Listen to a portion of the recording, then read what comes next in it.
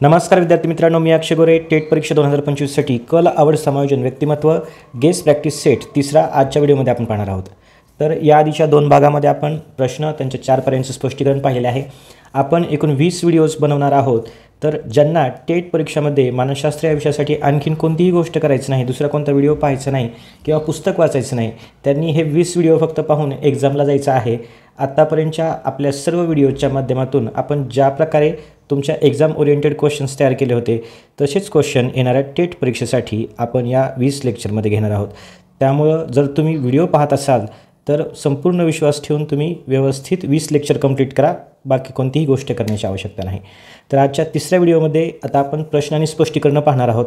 तर स्पष्टीकरण पाहत असताना प्रश्न सोपा वाटला, उत्तर आलं तर आपल्या व्हिडिओचं गोल हे नाही आहे की आपल्याला उत्तर काढायचं आहे, तर आपल्या व्हिडिओच्या माध्यमातून जास्तीत जास्त पर्यायांचं स्पष्टीकरण तुमच्यापर्यंत पोहोचलं पाहिजे. कदाचित ते पर्याय तुम्हाला प्रश्न म्हणून टेटच्या परीक्षेत विचारले जाऊ शकतील. त्यामुळं पर्यायांचं स्पष्टीकरण शांतपणे पाहायचं. ठीक आहे, जर तुम्हाला व्हिडिओ पाहायचं नसेल तर तुम्ही फक्त व्हिडिओ लावून फक्त तुम्ही ऐकू शकता, तुमचं काम करत करत ऐकू शकता. फक्त स्पष्टीकरण ऐकायचं आहे, कारण सर्व पर्यायांच्या स्पष्टीकरणातून तुम्हाला टेटच्या परीक्षेला नक्कीच फायदा होणार आहे. ठीक आहे, तर सुरुवात करूया व्हिडिओला. प्रश्न पहिला. चला, पहिला प्रश्न आहे, शिक्षिका विद्यार्थ्यांना ऐतिहासिक घटनाक्रम शिकवत आहेत. विद्यार्थ्यांना कालक्रमानुसार घटना लक्षात ठेवण्यास मदत करण्यासाठी कोणती पद्धत अधिक प्रभावी ठरेल? तर विद्यार्थ्यांना कालक्रमानुसार घटना लक्षात ठेवण्यासाठी मदत करण्यासाठी कोणती पद्धत अधिक प्रभावी ठरेल, असा हा प्रश्न आहे. तर पहा, पर्याय आहेत. फक्त व्याख्यान देणे, यानंतर घटनावर आधारित चर्चा आयोजित करणे, यानंतर टाईमलाईन तयार करणे आणि वापरणे, यानंतर पाठ्यपुस्तकातील घटना वाचण्यास सांगणे. तर आता आपण यापैकी पर्यायांचं स्पष्टीकरण पाहूया. जर समजा आपल्याला विद्यार्थ्यांना कालक्रमानुसार घटना लक्षात ठेवायचं शिकवायचं आहे, तर व्याख्यान देऊन चालेल का? घटनांवर आधारित चर्चा आयोजित करून चालेल का? ही टाईमलाईन तयार करायला पाहिजे किंवा पाठ्यपुस्तकातील ज्या घटना असतात त्या वाचायला सांगितल्या पाहिजे. तर ठीक आहे, हे प्रत्येक पर्याय थोडक्यात काही प्रमाणामध्ये या प्रश्नाचं उत्तर असू शकतात, परंतु या प्रश्नाचं सर्वात योग्य समर्पक उत्तर हे आपल्याला शोधायचं असतं आणि त्याला क्लिक करायचं असतं. त्याच्यामुळं चला आता स्पष्टीकरण पाहूया. पहा, कालक्रम जर लक्षात ठेवायचा असेल तर पहा, फक्त व्याख्याने देणे हे निष्क्रिय शिक्षण आहे. ठीक आहे, व्याख्यान पद्धती जी आहे त्याच्यामध्ये विद्यार्थ्यांचा सहभाग नसतो. बरोबर, आपण मोठ्या वर्गांसाठी ती पद्धत वापरतो. लहान मुलांना शिकवत असताना आपण व्याख्यान पद्धती वापरत नाही. त्याचं हेच कारण आहे की विद्यार्थ्यांचा त्याच्यामध्ये सहभाग नसतो. तर पहा, घटनाक्रम लक्षात ठेवण्यास मदत करणारी ही पद्धती नाही. व्याख्यान पद्धती घटनाक्रम लक्षात ठेवण्यास मदत करणार नाही. हे झालं पहिल्या पर्यायाचं स्पष्टीकरण. तर पहा, घटनांवर आधारित चर्चा उपयुक्त आहे, परंतु ती कालक्रमानुसार मांडणी स्पष्टपणे दर्शवित नाही. विद्यार्थ्यांना जर आपण चर्चा आयोजित करून दिली की घटनांवर आधारित तुम्ही चर्चा करा, परंतु कालक्रमानुसार घटनांची मांडणी करण्यासाठी ते उपयुक्त ठरणार नाही. सर्वात योग्य पर्याय असणार पहा, टाईमलाईन तयार करणे आणि वापरणे हे दृश्यात्मक साधन आहे जे विद्यार्थ्यांना घटनांचा क्रम स्पष्टपणे समजून देण्यास मदत करेल.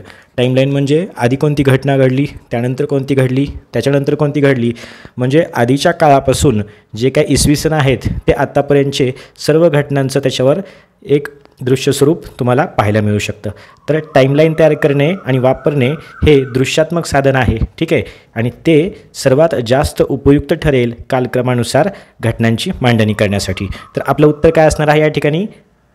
पर्याय क हे आपलं उत्तर असणार आहे. पहा, यानंतर फक्त पाठ्यपुस्तकातील ज्या काही घटना आहेत ते वाचणे हे काय आहे? सक्रिय शिक्षण नाही आणि विद्यार्थ्यांना घटनाक्रम व्यवस्थित समजणार नाही. चौथ्या पर्यायाचं फक्त स्पष्टीकरण आहे.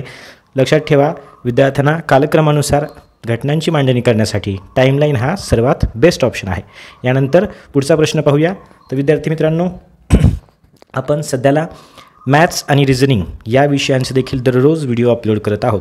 ठीक आहे, दुपारी 1 ते 1:30च्या दरम्यान मॅथ्स आणि रिझनिंगचा व्हिडिओ येतो आणि रात्री 8 ते 8:30च्या दरम्यान आपला मानसशास्त्राचा व्हिडिओ येतो.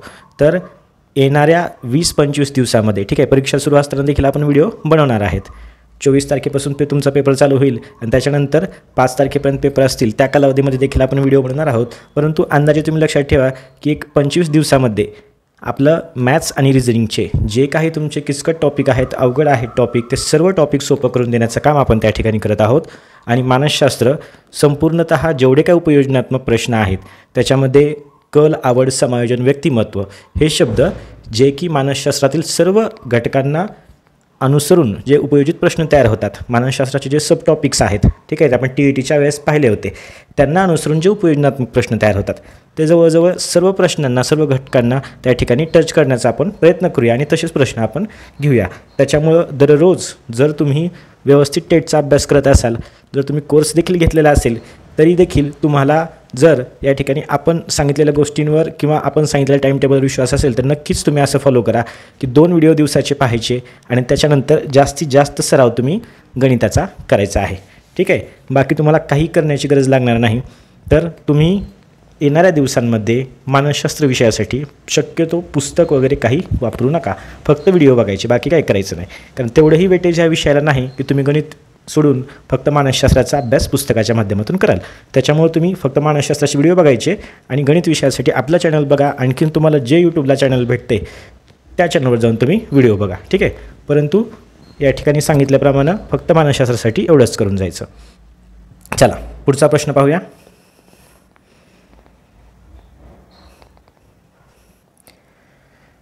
एका शिक्षकाला असे आढळले की काही विद्यार्थी संकल्पना व्यवस्थित समजू शकत नाहीत कारण त्यांना त्या संकल्पनेचा मूलभूत कल्पना स्पष्ट नाहीत. तर समस्येचे निराकरण करण्यासाठी शिक्षकांनी कोणती प्रभावी कृती करावी? तर पहा, शिक्षकांना असं समजलं की काही विद्यार्थ्यांना संकल्पना व्यवस्थित समजू शकत नाहीत कारण त्या संकल्पनांच्या जे मूलभूत कल्पना आहेत त्या त्यांच्या स्पष्ट नाहीत. आता या समस्येचं निराकरण करायचं आहे. तर पहा, पर्याय आहेत. विद्यार्थ्यांना अधिक प्रगत स्तरावरील उदाहरणे देणे. विद्यार्थ्यांच्या मूलभूत कल्पना स्पष्ट नाहीत, तर विद्यार्थ्यांना अधिक प्रगत स्तरावरील उदाहरणं देऊन चालेल का? किंवा विद्यार्थ्यांना फक्त पाठ्यपुस्तकातील व्याख्यान वाचण्यास सांगणे. पहा, या ठिकाणी या प्रश्नामध्ये तुम्हाला मगाशी सांगितल्याप्रमाणे किंवा या आधीच्या व्हिडिओमध्ये सांगितल्याप्रमाणे फक्त केवळ असे शब्द आले की तो पर्याय बरोबर असतो का? तर नाही. ठीक आहे, विद्यार्थ्यांच्या मूलभूत या ठिकाणी कल्पना स्पष्ट नाहीत आणि तुम्ही त्यांना प्रगत स्तरावरील उदाहरणे देताय, ही गोष्ट बरोबर आहे का? चुकीची आहे. म्हणजे या ठिकाणी ऑप्शन ए देखील एलिमिनेट झालेला आहे. पर्याय कसे कट करायचे, एलिमिनेट करायचे ते आपण या ठिकाणी पाहायचं आहे. यानंतर विद्यार्थ्यांना मूलभूत संकल्पना पुन्हा समजावून सांगण्यासाठी अतिरिक्त सत्रे आयोजित करणे आणि त्यांच्या शंकांचं निरसन करणे. या ठिकाणी वेल एक्सप्लेन्ड असा हा पर्याय आहे आणि या ठिकाणी सत्रे आयोजित करणं, शंकांचं निरसन करणं म्हणजेच थोडक्यात समस्या सोडवण्याचं या ठिकाणी स्पष्टीकरण दिलेलं आहे. त्याच्यामुळं आपलं उत्तर क असणार आहे. ठीक आहे. ड या ठिकाणी पाहूया. विद्यार्थ्यांना त्या संकल्पना सोडून पुढील अभ्यासक्रमावर लक्ष केंद्रित करण्यास सांगणे. घटक सोडून देता येतो का शिक्षकांना? नाही. त्याच्यामुळं या ठिकाणी ड उत्तर असणार नाही, क हे उत्तर असणार आहे. तरीही स्पष्टीकरण पाहूया. जास्त वेळ तुमचा घेणार नाही, परंतु स्पष्टीकरण पाहिल्याशिवाय आपण पुढे जायचं नाही. पहा, मूलभूत कल्पना स्पष्ट नसल्यास प्रगत उदाहरणे समजणे कठीण जाईल. ठीक आहे, ज्याचं बेसिकच पक्क नाही त्याला ॲडव्हान्स शिकून कसं चालणार आहे? त्याच्यामुळं ऑप्शन ए तर या ठिकाणी काय असणार आहे? चुकीचं असणार आहे. पहा, प्रश्न काय होता? थोडासा मोठा प्रश्न आहे आणि आधीच्या स्लाईडवर आहे, त्याच्यामुळे सांगतो. मुलांच्या बेसिक कल्पनाच ज्या आहेत, मूलभूत कल्पना आहेत, त्याच स्पष्ट नाहीत. ठीक आहे, तर शिक्षक ती समस्या सोडवण्यासाठी काय करू शकतील? तर त्यांना प्रगत उदाहरणं देणार का? नाही. त्याच्यामुळं पहिल्या पर्यायाचं स्पष्टीकरण या ठिकाणी दिलेलं आहे. पहा, हे स्पष्टीकरण आहेत. ठीक आहे, उत्तरांचे स्पष्टीकरण जे आहेत, या आधीचा जो प्रश्न होता पर्याय एचं या ठिकाणी, बीचं या ठिकाणी, सीचं आणि डीचं, अशा प्रकारे चारही पर्यायांचं स्पष्टीकरण आपण सर्व प्रश्नांचं घेणार आहोत. तर पहा, मूलभूत कल्पना स्पष्ट नसल्यास प्रगत उदाहरणे सोडवणे समजणे कठीण जाईल. हे झालं पहिल्या पर्यायाचं स्पष्टीकरण. दुसरा पर्याय, फक्त व्याख्या वाचणे संकल्पनेच्या आकलनासाठी पुरेसा असणार आहे का? तर ते सफिशियंट नसणार आहे. आणि आपलं उत्तर काय होतं? मूलभूत संकल्पना पुन्हा समजावून सांगणे आणि शंका निरसन करणे हे समस्येचे योग्य निराकरण आहे. समस्या कशी सोडवायची? तर या ठिकाणी समर्पक उत्तर या ठिकाणी पर्याय क मध्ये दिलेला आहे. चला पुढचा प्रश्न पाहूया. प्रश्न चौथा. शिक्षकांनी विद्यार्थ्यामध्ये चिकित्सक विचार म्हणजे क्रिटिकल थिंकिंग कौशल्य विकसित करण्यासाठी खालीलपैकी कोणती कृती करावी? पर्याय आहेत. विद्यार्थ्यांना फक्त पाठ्यपुस्तकातील माहिती स्वीकारण्यास सांगणे. यानंतर विद्यार्थ्यांना प्रश्न विचारण्यास आणि विविध दृष्टिकोन तपासण्यास प्रोत्साहित करणे. विद्यार्थ्यांना उत्तरांसाठी शिक्षकांवर अवलंबून राहण्यास सांगणे आणि विद्यार्थ्यांना माहितीचे फक्त पुनरुत्पादन करण्यास सांगणे. तर पहा, या ठिकाणी सांगितल्याप्रमाणे आपण काय करायचं आहे? विद्यार्थ्यांना फक्त पुस्तकातील माहिती स्वीकारण्यास सांगणे. या ठिकाणी केवळ आलेला आहे, थोडासा संकुचित पर्याय आहे. तर विद्यार्थ्यांना पहा, चिकित्सक विचार म्हणजे काय? Critical thinking. आपल्या जे काही 10 जीवन कौशल्य आहेत त्याच्यामध्ये क्रिटिकल थिंकिंग हा एक त्या ठिकाणी कौशल्य त्याचं समाविष्ट आहे. तर पहा, 2 प्रकारचे विचार असतात, क्रिएटिव्ह थिंकिंग आणि क्रिटिकल थिंकिंग. या दोन्ही गोष्टी आपल्या 10 जीवन कौशल्यामध्ये आहेत. क्रिटिकल थिंकिंग कधी असते? जेव्हा आपण गणित सोडवतो, अभ्यासासंबंधी ज्या ठिकाणी आपल्या डोक्यावर ताण येतो त्या ठिकाणी क्रिटिकल थिंकिंग असते. आणि क्रिएटिव्ह थिंकिंग कधी असते? जेव्हा आपण एखादी नवनिर्मिती करतो, नवीन गोष्ट कुठली तरी तयार करतो, अशा प्रकारचे गोष्टी, अशा कल्पना ज्या असतात त्या क्रिएटिव्ह टाईपच्या असतात. ठीक आहे. तर हे विद्यार्थ्यांना आपल्याला सांगणं महत्त्वाचं आहे. तर पहा, शिक्षकांना त्याआधी माहिती असल्या पाहिजेत. शिक्षकांनी विद्यार्थ्यांमध्ये चिकित्सक विचार कौशल्य विकसित करण्यासाठी कोणती कृती करावी लागेल? तर पहा, या ठिकाणी विद्यार्थ्यांना फक्त पाठ्यपुस्तकातील माहिती जर स्वीकारण्यास सांगितली तर त्यांना विचार करण्यास चालना मिळणार नाही. ऑप्शन ए चुकलेला आहे या ठिकाणी. यानंतर विद्यार्थ्यांना प्रश्न विचारण्यास आणि विविध दृष्टिकोन तपासण्यास प्रोत्साहित करणे, या ठिकाणी हे बरोबर असणार आहे. तिसरा पर्याय आहे, विद्यार्थ्यांना उत्तरांसाठी शिक्षकांवर पूर्णपणे अवलंबून राहणं, हे चुकीचं आहे. आणि फक्त माहितीचं पुनरुत्पादन करणं हे देखील चुकीचं आहे. पर्याय 1 आणि पर्याय 4 मध्ये लक्ष द्या. या ठिकाणी पर्याय 1 मध्ये फक्त आलेला आहे आणि पर्याय 4 मध्ये फक्त आलेला आहे. तर केवळ आणि फक्त हे शब्द आले की त्या ठिकाणी तो पर्याय उत्तर नसतो. ठीक आहे. 99% हे असंच असतं. यानंतर विद्यार्थ्यांना उत्तरांसाठी शिक्षकांवर अवलंबून राहणे, हे देखील चुकीचं आहे. आपलं उत्तर असणार आहे पर्याय ब. आता उत्तर आपल्याला आलेलं आहे तरी देखील स्पष्टीकरण थोडक्यात पाहूया. चला स्पष्टीकरण पाहूया. पहा, पाठ्यपुस्तकातील माहिती जशीच्या तशी स्वीकारल्याने चिकित्सक विचार डेव्हलप होणार नाहीत. यानंतर जे आपलं उत्तर आहे ते पहा, प्रश्न विचारणे आणि विविध दृष्टिकोन तपासणे हे चिकित्सक विचारांना चालना देणारे महत्त्वाचे घटक आहेत. त्याच्यामुळं चिकित्सक विचार जर त्या ठिकाणी वाढीस लावायचे असतील तर विद्यार्थ्यांना प्रश्न विचारण्यासाठी, नवीन नवीन दृष्टिकोनाने आपलं विचार प्रकट करण्यासाठी किंवा विद्यार्थ्यांना स्वतःहून नवीन गोष्टी प्रयोग करण्यासाठी, जेणेकरून त्यांच्या विचाराला चालना मिळेल, डोक्यावर ताण पडेल, अशा प्रकारच्या गोष्टी करण्यास त्यांना प्रोत्साहन दिल्यानंतरच चिकित्सक विचार यांना चालना मिळणार आहे. त्यामुळं आपलं उत्तर असणार आहे ब. याचं आपण स्पष्टीकरण पाहिलेलं आहे. यानंतर शिक्षकांवर अवलंबून राहायचं का? नाही. माहितीचं फक्त पुनरुत्पादन करायचं का? तर नाही. यानंतर पुढचा प्रश्न पाहू. तुमच्या वर्गात विविध सांस्कृतिक पार्श्वभूमी असणारे विद्यार्थी आहेत, तर समावेशक वातावरण तयार करण्यासाठी तुम्ही काय कराल? महत्त्वाचे प्रश्न आहेत. तिथून पुढचे प्रश्न जे असतील ते खूप जास्त महत्त्वाचे आहेत. तर पहा, फक्त आपल्या संस्कृतीबद्दल बोलणे. ठीक आहे. तर ही एक संकुचित वृत्ती आहे. पहा, फक्त आपल्या संस्कृतीबद्दल बोलणे. आपल्या वर्गामध्ये समजा वेगवेगळ्या कल्चरल जे काही बॅकग्राऊंड असतात, ठीक आहे, त्याच्यामध्ये पहा, समजा एखादा असेल तो आदिवासी समाजातून असेल, एखादा असेल तो समजा साऊथ इंडियन असू शकतो, एखादा दुसऱ्या राज्याचा असू शकतो, किंवा एखादा महाराष्ट्रातीलच वेगळ्या सांस्कृतिक पार्श्वभूमीचा असू शकतो. तर वेगवेगळे सांस्कृतिक पार्श्वभूमीचे विद्यार्थी आपल्या वर्गात असतात, तेव्हा आपण त्यांना सामावून घेण्यासाठी, म्हणजे सर्वांच्या सोबत त्याला कम्फर्टेबल फील झालं पाहिजे, सर्वांच्या सोबत त्याला असं वाटलं पाहिजे की आपल्यालाही या ठिकाणी सर्वांनी सामावून घेतलेलं आहे, आपली संस्कृती वेगळी आणि बाकीचे सर्व बसलेले त्यांची संस्कृती वेगळी, असं त्याला वाटलं नाही पाहिजे. तर त्यासाठी काय करायला पाहिजे? शिक्षकांनी कसं वातावरण तयार करायचं, असा या ठिकाणी प्रश्न आहे. तर पहा, पर्याय विद्यार्थी आपल्या वर्गात आहे आणि आपण फक्त आपल्या संस्कृतीबद्दल बोलते, हे चुकीचं आहे. यानंतर इतरांच्या संस्कृतीबद्दल बोलायचे टाळणे, हे देखील चुकीचं आहे. ठीक आहे. आपल्याला माहिती नाही त्याच्यामुळे काहीच बोलायचं नाही. तर प्रत्येक विद्यार्थ्यांच्या संस्कृतीचा आदर करणे, पहा पर्याय या ठिकाणी तिसरा, आदर करणे आणि त्याबद्दल शिकण्यास संधी देणे, हे या ठिकाणी उत्तर असणार आहे. ज्या विद्यार्थ्याची संस्कृती वेगळी आहे त्यांना विशेष लक्ष देणे सुद्धा भेदभाव केल्यासारखा वाटतो. त्याच्यामुळं ड जे आहे ते देखील या ठिकाणी चुकीचं आहे. ठीक आहे. कधी कधी लक्ष न देण्यापेक्षा जर आपण एखादं विशेष लक्ष दिलं तर त्याला वाटतं की आपण भेदभाव करत आहोत. ठीक आहे. असं देखील वाटू शकतं. त्याच्यामुळं संस्कृती वेगळी असतील तर काय करायचं? प्रत्येक विद्यार्थ्याच्या संस्कृतीचा आदर करणे आणि त्याबद्दल शिकण्यास संधी देणे. यानंतर पहा, स्पष्टीकरण आपण आताच पाहिलेलं आहे. फक्त स्वतःच्या संस्कृतीबद्दल बोलणे इतरांना वगळल्यासारखं होतं. बरोबर. पहिल्या पर्यायाचं स्पष्टीकरण, इतरांच्या संस्कृतीबद्दल न बोलल्याने विद्यार्थ्यामध्ये संकुचित दृष्टिकोन निर्माण होईल. विद्यार्थी म्हणेल प्रत्येकजण कोणाच्याच संस्कृतीबद्दल बोलत नाही, त्याच्यामुळे संकुचित वृत्ती निर्माण होऊ शकते. तिसरं आणि उत्तर, प्रत्येकाच्या संस्कृतीचा आदर करणे, त्याबद्दल शिकण्याची संधी देणे, हे समावेशकतेचे महत्त्वाचे लक्षण आहे. प्रश्नच आपला समावेशकतेचा होता. त्याच्यामुळं पहा, विशेष लक्ष देणे काही वेळा भेदभावासारखं वाटू शकते, या ठिकाणी सांगितल्याप्रमाणे. बरोबर. चला पुढचा प्रश्न पाहूया. शिक्षकांनी विद्यार्थ्यांचे प्रभावी मूल्यमापन करण्यासाठी खालीलपैकी कोणत्या पद्धतीचा वापर करावा? या ठिकाणी फक्त वर्षाच्या शेवटी परीक्षा घेणे, फक्त वस्तुनिष्ठ चाचण्या घेणे, विविध पद्धती जसे की प्रकल्प, असाइनमेंट आणि चाचण्यांचा वापर करणे, फक्त तोंडी परीक्षा घेणे. 1 सेकंदाच्या आत उत्तर या ठिकाणी आपल्याला भेटलेलं आहे. ठीक आहे. आपलं जे उत्तर असणार आहे ते कोणतं असणार आहे? आपलं या ठिकाणी हे उत्तर असणार आहे क. विविध पद्धती जसे की प्रकल्प, असाइनमेंट, चाचण्यांचा वापर करणे. ठीक आहे. रिझन तुम्हाला माहिती आहे की फक्त आणि केवळ हे संकुचित पर्याय आपण कट केलेले आहेत. बाकी सर्व गोष्टी आपल्याला आपल्या नॉलेजनुसार सोडवता येतात, परंतु या ठिकाणी थोडंसं शॉर्टकट आपण वापरतो आहे. स्पष्टीकरण पहा पर्यायांचं. वर्षाच्या शेवटी परीक्षा घेतल्यास विद्यार्थ्यांच्या संपूर्ण वर्षातील प्रगतीचं योग्य मूल्यमापन होणार नाही. तर फक्त वस्तुनिष्ठ चाचण्या घेतल्या तर कौशल्यांचं मूल्यमापन होऊ शकतं का? नाही. वस्तुनिष्ठ म्हणजे ऑब्जेक्टिव्ह. सर्व पहा कौशल्यांचं मूल्यमापन ऑब्जेक्टिव्ह परीक्षेतून होत नाही.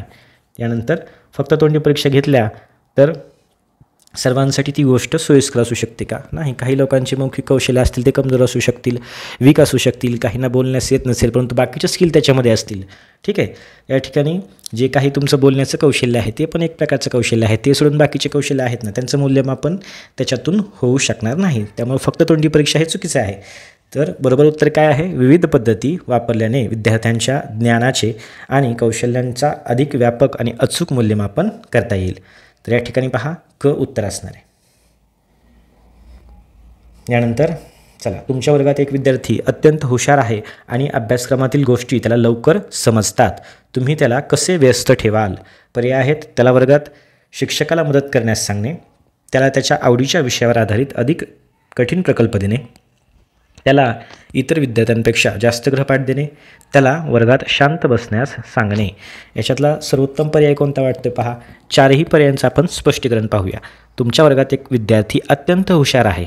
अभ्यासक्रम तो समजा पटकन शिकवलं की त्याच्या लक्षात राहतं आणि तो अभ्यासक्रम देखील पूर्ण करून घेतो. तर मग त्याला एक्स्ट्रा काय काम द्यायला पाहिजे? तर या 4 पर्यायांपैकी काय सर्वोत्तम असेल? तर पहा, त्या विद्यार्थ्याला समजा आपण सांगितलं की त्याला शिक्षकांना मदत कर, तर शिक्षकांना मदत करणे उपयुक्त असू शकतं, पण ते त्याच्या बौद्धिक क्षमतेला पुरेसं आव्हान देणार नाही. यानंतर अधिक कठीण प्रकल्प त्याला नवीन गोष्टी शिकण्यास आणि स्वतःच्या क्षमतेचा विकास करण्यास मदत करतील. अधिक कठीण प्रकल्प ते पण त्याच्या आवडीच्या क्षेत्रातले. तर या ठिकाणी ब हे आपलं उत्तर असणार आहे, हे सर्वोत्तम उत्तर असणार. पहा, जास्त गृहपाठ दिला तर त्याला कंटाळा येऊ शकतो. बरोबर, त्याला कंटाळा येऊ शकतो. शांत बसण्यास सांगणे त्याच्या जिज्ञासू वृत्तीला दाबण्यासारखं आहे. ठीक आहे. क्युरिओसिटी जी असते त्या ठिकाणी त्याची ती दाबण्यासारखी गोष्ट आहे. त्याच्यामुळं त्याच्या आवडीच्या विषयात जास्त काम, जास्त कठीण त्याला एखादा प्रोजेक्ट आपण द्यायला पाहिजे. यानंतर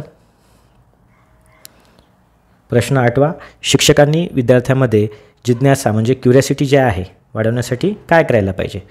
तर पहा, फक्त पाठ्यपुस्तकातील प्रश्नोत्तरे शिकवणे, विद्यार्थ्यांना प्रश्न विचारण्यास आणि प्रयोग करण्यास प्रोत्साहित करणे, त्यांना सर्व प्रश्नांची उत्तरे लगेच देणे, त्यांना नवीन गोष्टी शिकण्यापासून परावृत्त करणे. तर पहा, फक्त पाठ्यपुस्तकातली ही गोष्ट चुकीची आहे. पाठ्यपुस्तकाच्या बाहेरील प्रश्नोत्तरं देखील त्या ठिकाणी घेतली पाहिजेत. नंतर सर्व प्रश्नांची उत्तरे जर लगेच दिली तर त्याच्यामध्ये त्याला विचार करण्याची क्षमता, त्याच्या विचारांना चालना भेटेल का? थोडासा विचारांवर किंवा डोक्यावर ताण येईल का की आपल्याला या प्रश्नाचं उत्तर कसं शोधायचं? प्रश्न विचारला की लगेच उत्तर जर मिळत असेल तर त्या ठिकाणी जी काय आपली जाणून घेण्याची इच्छा असते ती त्या ठिकाणी संपून जाते. ठीक आहे. यानंतर त्यांना नवीन गोष्टी शिकण्यापासून परावृत्त करणे हे देखील चुकीचं आहे. उत्तर बरोबर ब असणार आहे. यानंतर स्पष्टीकरण पाहूया आपण याचं. फक्त प्रश्नोत्तरे शिकवल्याने जिज्ञासा निर्माण होणार नाही. प्रश्न विचारणे आणि प्रयोग करणे हे विद्यार्थ्यांमधील कुतूहल वाढवते. ठीक आहे. कुतूहल वाढलं म्हणजे क्युरिओसिटी वाढलेली आहे. लगेच उत्तर दिल्यानं त्यांना स्वतःहून विचार करण्याची संधी मिळत नाही. नवीन गोष्टी शिकण्यापासून परावृत्त करणे हे शिक्षकाचं कार्य नाही. हे झाले आपले स्पष्टीकरण. यानंतर पुढचा प्रश्न पाहूया. पहा, शिक्षकांनी विद्यार्थ्यांच्या लेखन कौशल्याचा विकास करण्यासाठी कोणती पद्धत वापरावी? तर पर्याय आहेत. फक्त व्याकरण आणि स्पेलिंगवर लक्ष केंद्रित करणे, विद्यार्थ्यांना नियमितपणे विविध विषयावर लिहिण्यास सांगणे, विद्यार्थ्यांना फक्त निबंध लिहायला सांगणे, विद्यार्थ्यांना लेखन टाळण्यास सांगणे. या ठिकाणी पर्याय वाचून दाखवायचेत का? ठीक आहे. तर तुम्ही कमेंट करून सांगा. पर्याय जर वाचून दाखवायचे नसतील तर तेवढाही वेळ वाचून मी आणखीन जास्त प्रश्न घेऊ शकेल. ठीक आहे. त्याच्यामुळे तुम्हाला व्हिडिओ कसा वाटतोय ते तुम्ही कमेंट करून सांगायचे. जास्तीत जास्त शेअर करा जर तुम्हाला व्हिडिओ आवडत असेल तर. कारण मित्रांनो, आपण या ठिकाणी कोर्सच्या माध्यमातून काहीच गोष्टी घेत नाहीत. आज कमेंट आल्या होत्या काही शिक्षकांच्या की या ठिकाणी आपण यूट्यूबला शिकवतो आहे, फ्री कंटेंट आहे, तरी देखील चांगल्या क्वालिटीचं आहे. तर विद्यार्थी मित्रांनो, इथं वेगळं शिकवायचं आणि कोर्स घेऊन वेगळं शिकवायचं असं काही नसतं. त्याच्यामुळं आपण जेवढं काही आपल्याला प्रामाणिकपणे करता येईल जास्तीत जास्त चांगलं मटेरियल याच ठिकाणी यूट्यूबला देण्याचा प्रयत्न करतो आहे. फक्त तुमच्याकडून अपेक्षा काय आहे? जर तुम्ही आपले व्हिडिओज पाहत असाल तर तुमच्या मित्रांना शेअर करा आणि यूट्यूबला लाईक करणे आणि कमेंट करणे एवढ्या 2च गोष्टी तुम्ही करू शकता.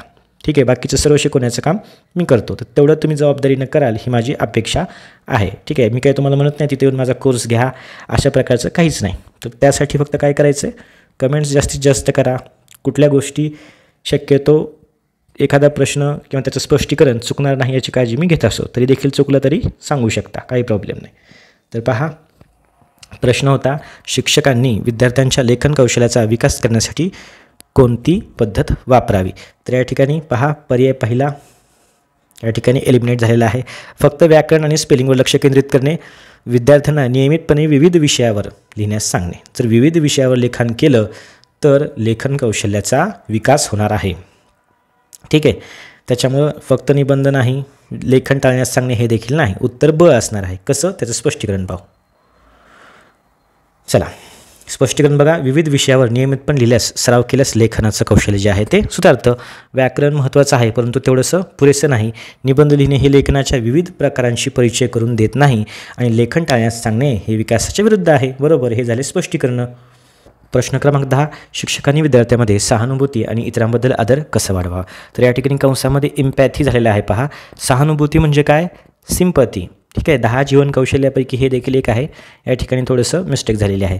सहानुभूती म्हणजे काय, सिंपथी. आणि इम्पॅथी म्हणजे काय हो, समान अनुभूती. सहानुभूती म्हणजे आणि समान अनुभूती याच्यामधला फरक काय आहे पहा. तर सहानुभूती म्हणजे काय, सहानुभूती म्हणजे एखाद्याचं समजा काही एखाद्याला ठेच लागली, पडला, तर आपण काय म्हणतो, अरे रे खूप वाईट झालं.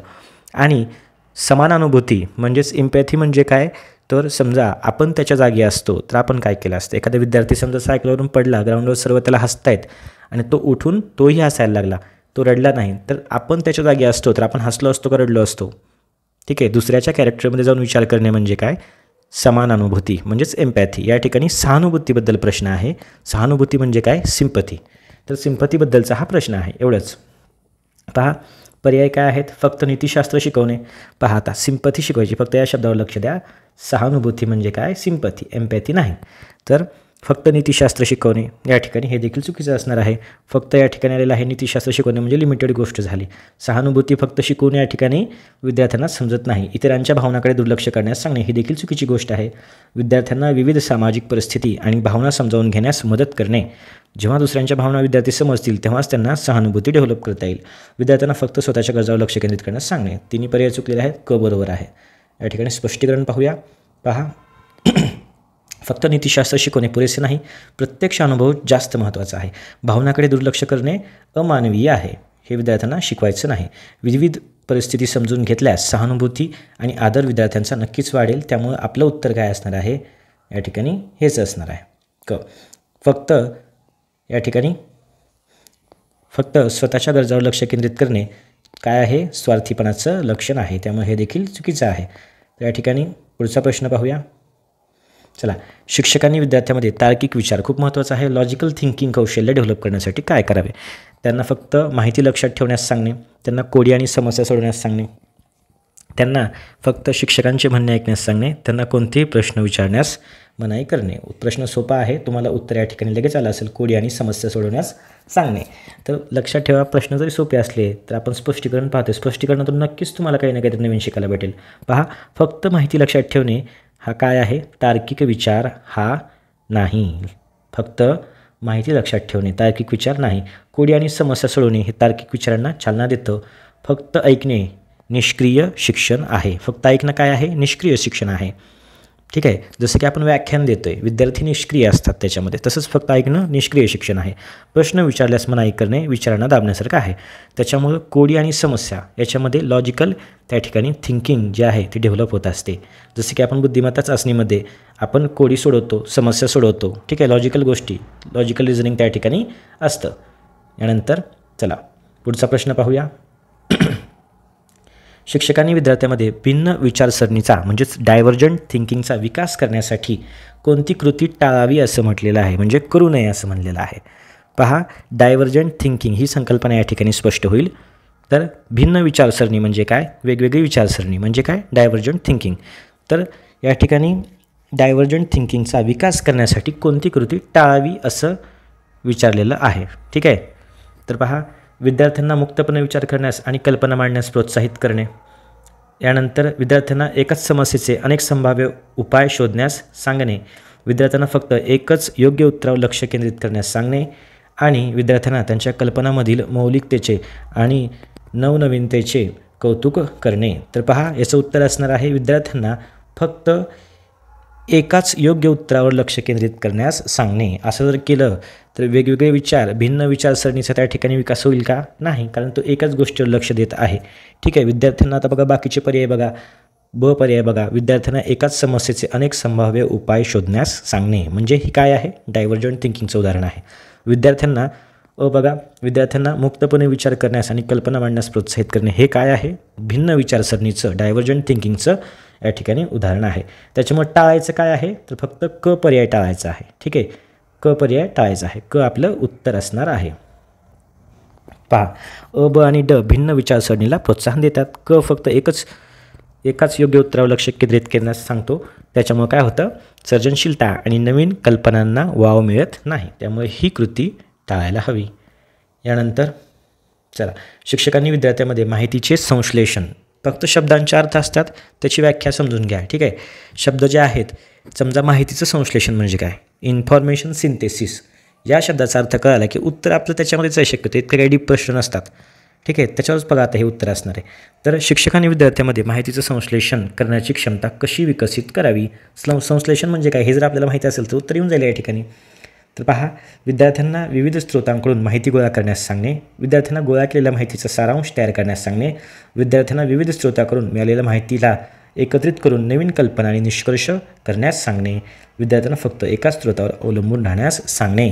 तर या ठिकाणी सिंथेसिस, इन्फॉर्मेशन सिंथेसिस हे लिहूनच घ्या वाटलं असतं किंवा स्क्रीनशॉट घ्या. पहा, याचं उत्तर आहे, जास्त स्पष्टीकरण देणार नाही. क, विद्यार्थ्यांना विविध स्रोतांकडून, वेगवेगळे सोर्सेस असतील तिथून मिळालेली माहिती एकत्र करायला लावणे, नवीन कल्पना किंवा निष्कर्ष त्यावरून तयार करणे, म्हणजे काय आहे? इन्फॉर्मेशन सिंथेसिस आहे. खूप महत्त्वाची संकल्पना आहे, लक्षात ठेवा. बाकीचं या ठिकाणी स्पष्टीकरण मी देत नाही. ठीक आहे, एवढंच लक्षात ठेवा. पहा, स्पष्टीकरण विविध माहिती एकत्रित करून नवीन निष्कर्ष काढणे संश्लेषणाचे उदाहरण आहे. ठीक आहे, बाकीची माहिती या ठिकाणी सांगणार नाही. ठीक आहे, एवढंच फक्त आहे. कारण कधी कधी काय होतं बघा, आपण अशुद्ध शब्द हा एक प्रकार असतो बघा. तर कधी कधी आपण शुद्ध लेखनाचा किंवा अशुद्ध शब्दांचा आता समजा अभ्यास करायचा म्हणलं, समजा आपण जास्त अशुद्ध शब्द वाचले तर कधी कधी आपण शुद्ध शब्द विसरून जातो. तसंही जास्तच पर्यायांचं स्पष्टीकरण मी दिलं या ठिकाणी, तर कदाचित तुमचं ते लक्षात राहू शकत नाही. त्यामुळे या पर्यायाला फक्त जे योग्य उत्तर आहे त्याचं स्पष्टीकरण मी दिलेलं आहे. चला, पुढचा प्रश्न पाहूया. तुमच्या वर्गातील काही विद्यार्थी सामाजिकदृष्ट्या मागासलेल्या गटातून आलेले आहेत आणि त्यांना शाळेच्या वातावरणाशी जुळवून घेण्यास अडचण येत आहे. त्यांना शाळेत समाविष्ट करण्यासाठी तुम्ही कोणती संवेदनशील कृती कराल? तर सामाजिकदृष्ट्या मागास गटातून आलेले विद्यार्थी आहेत आणि त्यांना आता आपल्याला शाळेत सामावून घ्यायचं आहे, जुळवून घ्यायचं आहे. तर काय करायला पाहिजे? तर त्यांना इतर विद्यार्थ्यांपेक्षा वेगळे बसवणे या ठिकाणी अगदी चुकीची कृती आहे. ठीक आहे, हे आपण करायला नाही पाहिजे. त्यानंतर विद्यार्थ्यांना त्यांच्या पार्श्वभूमीबद्दल सार्वजनिकरित्या चर्चा करणे, जेणेकरून इतर विद्यार्थी त्यांच्याबद्दल सहानुभूती दर्शवतील. ठीक आहे, अशा गोष्टी शिक्षकांनी अजिबात करायच्या नाहीत, की सहानुभूती त्याला मिळावी म्हणून फक्त त्याची पार्श्वभूमी सर्व वर्गात सांगणे. ठीक आहे, ही गोष्ट चुकीची आहे. ब पर्याय चुकीचा आहे. शाळेतील नियम आणि अपेक्षा स्पष्टपणे समजावून सांगणे, त्यांना सुरक्षित वातावरण देणे आणि संस्कृतीचा आदर करणे, हा पर्याय बरोबर आहे. त्यांच्या प्रगतीकडे दुर्लक्ष करणे हे देखील चुकीचं आहे. तर पहा, निगेटिव्ह वर्ड्स आहेत: दुर्लक्ष करणे, वेगळे बसवणे, एकटे बसवणे. तुम्हाला या आधीच्या व्हिडिओमध्ये देखील मी सांगितलं होतं की उत्तर कोणते असतात? प्रोत्साहित करणे, समजावून सांगणे, ठीक आहे, कृती करायला लावणे, सामावून घेणे, असे शब्द असतील ते उत्तर बरोबर असतात. दुर्लक्ष करणे, त्याला एकटे बसवणे, वेगळे बसवणे, त्याच्यानंतर शाळेतून काढून टाकणे, शिक्षा करणे, प्रतिबंधित करणे, अशा प्रकारचे शब्द आले की ते पर्याय उत्तरं नसतात. 99% हा या ठिकाणी गेस बरोबर येतो. शक्यतो टेटला 100%च बरोबर येईल, काही प्रॉब्लेम नाही. ठीक आहे, कारण आपण आत्तापर्यंत सर्व एक्झाममध्ये या गोष्टी करून पाहिल्यात. अगदी सेट एक्झाम 2020मध्ये मी दिली होती.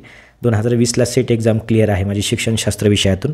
तर त्या ठिकाणी सुद्धा आपल्याला पर्याय एलिमिनेट करताना अशा प्रकारची मेथड वापरता येते. ठीक आहे, असं नाही की तुम्ही 100% पर्याय एलिमिनेट करू शकता. तुमचा 70-80% अभ्यास पाहिजे. 10% मार्क्स वाढवण्यासाठी मी हे सांगत असतो. ठीक आहे, तुम्ही असं नका समजू की मी 100% सगळ्या गोष्टी तुक्का मारून येतो, असं नाही.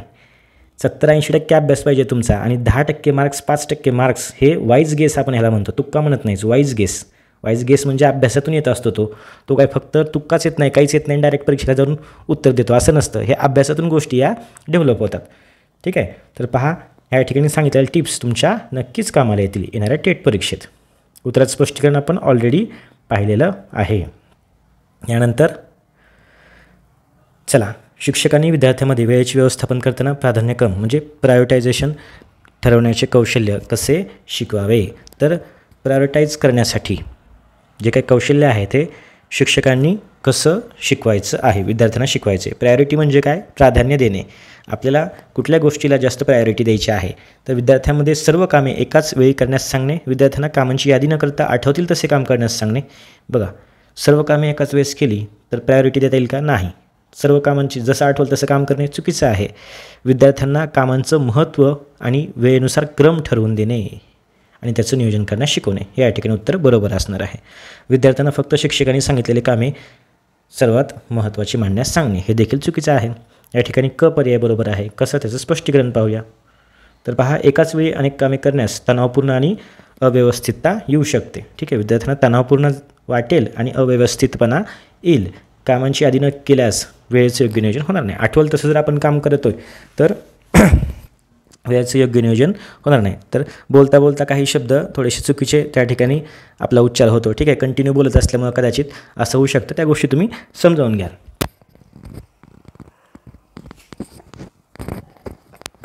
चला, तर या ठिकाणी पर्याय ड आहे.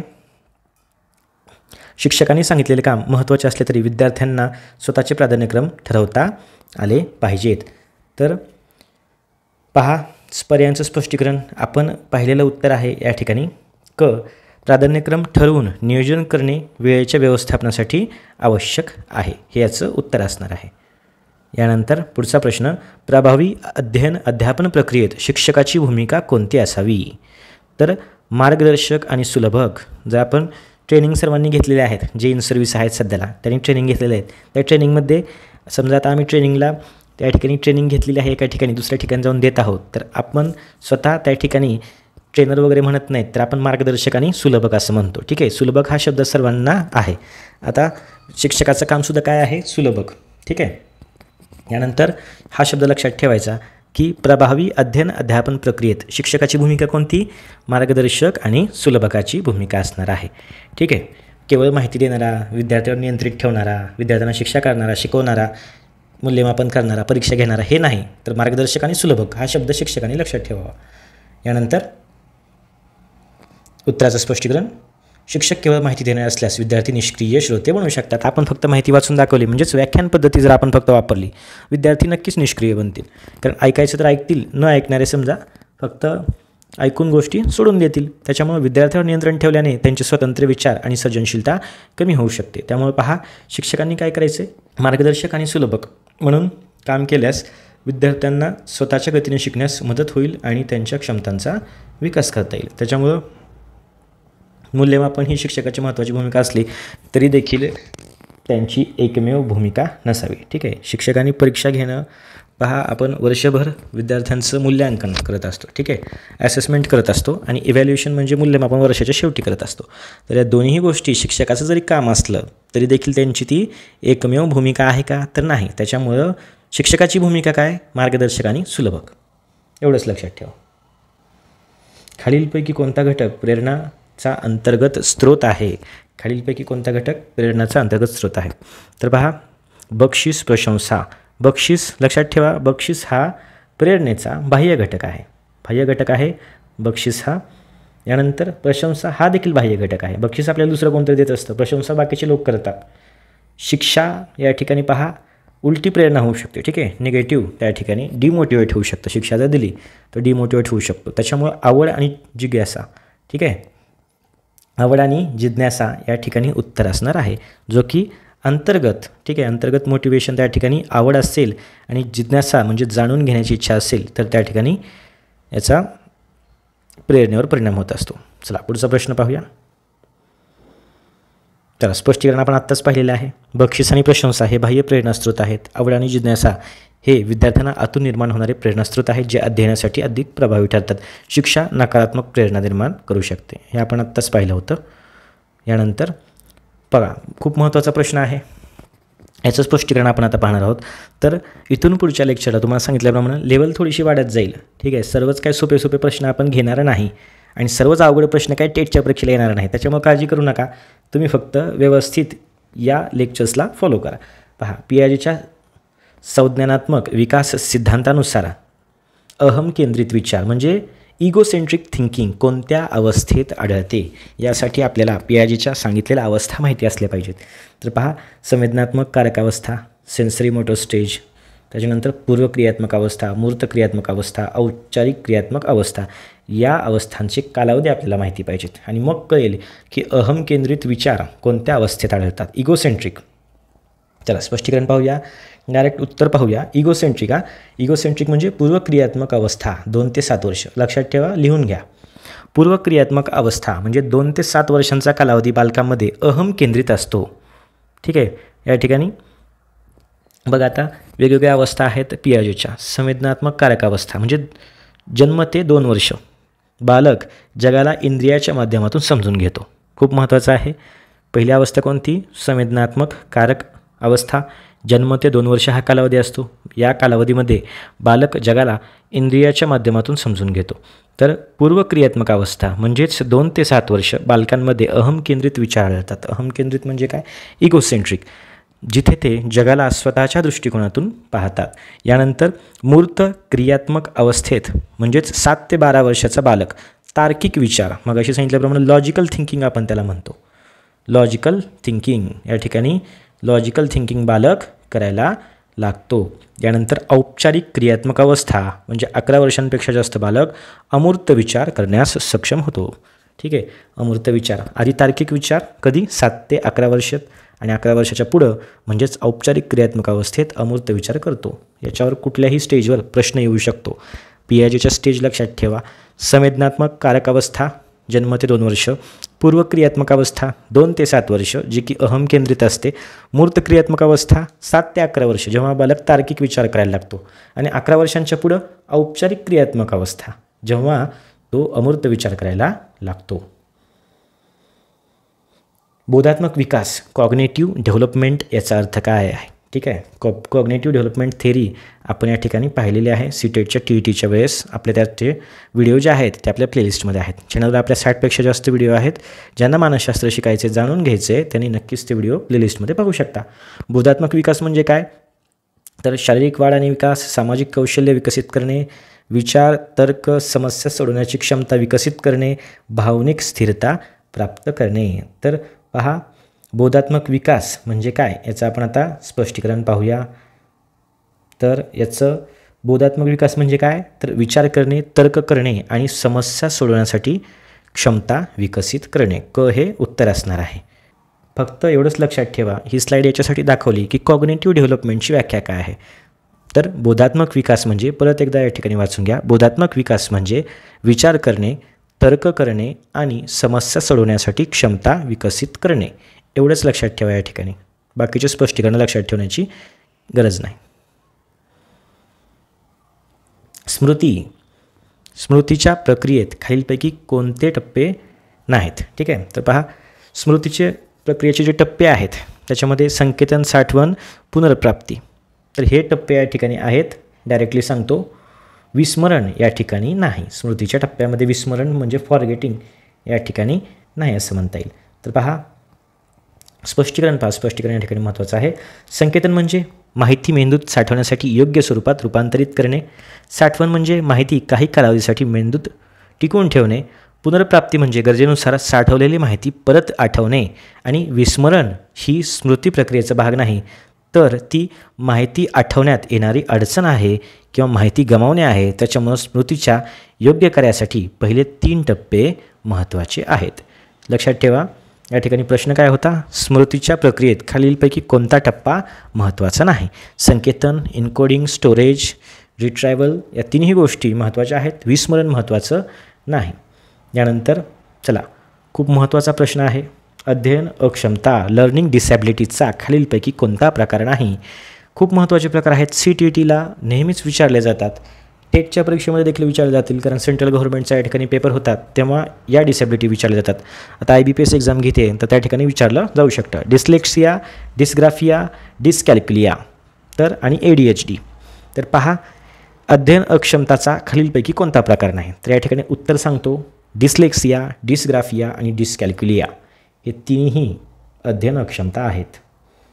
ADHD याला अध्ययन अक्षमता या ठिकाणी म्हणता येणार नाही. तर ते कसं, याचं स्पष्टीकरण पाहूया. डिस्लेक्सिया म्हणजे काय, तर पहा,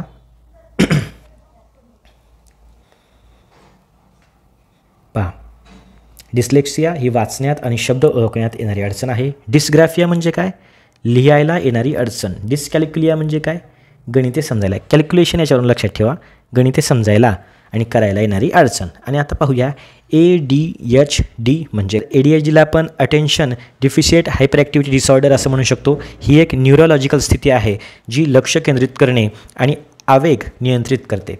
तर यावर परिणाम करणारी ही स्थिती आहे. जर ती अध्ययनावर परिणाम करू शकते तर तिला थेट अध्ययन अक्षमतेचा प्रकार मानले जात नाही, कारण अध्ययन अक्षमता विशिष्ट शैक्षणिक कौशल्यामध्ये अडचणी दर्शवतात. पहा, डिस्लेक्सिया वाचण्यामध्ये अडचण दर्शवते, डिस्ग्राफिया लिहायला अडचण दर्शवते, डिस्कॅल्क्युलिया म्हणजे काय, गणित समजायला करायला अडचण त्या ठिकाणी आहे.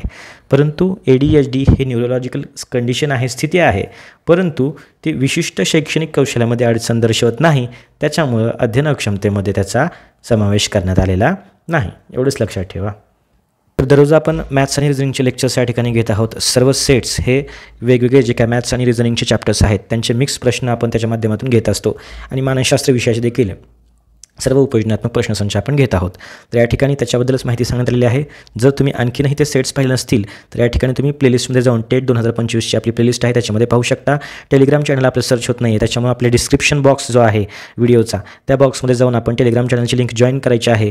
आणि आपण भेटूया पुढच्या व्हिडिओमध्ये. सर्वांचे खूप खूप आभार. Thank you so much.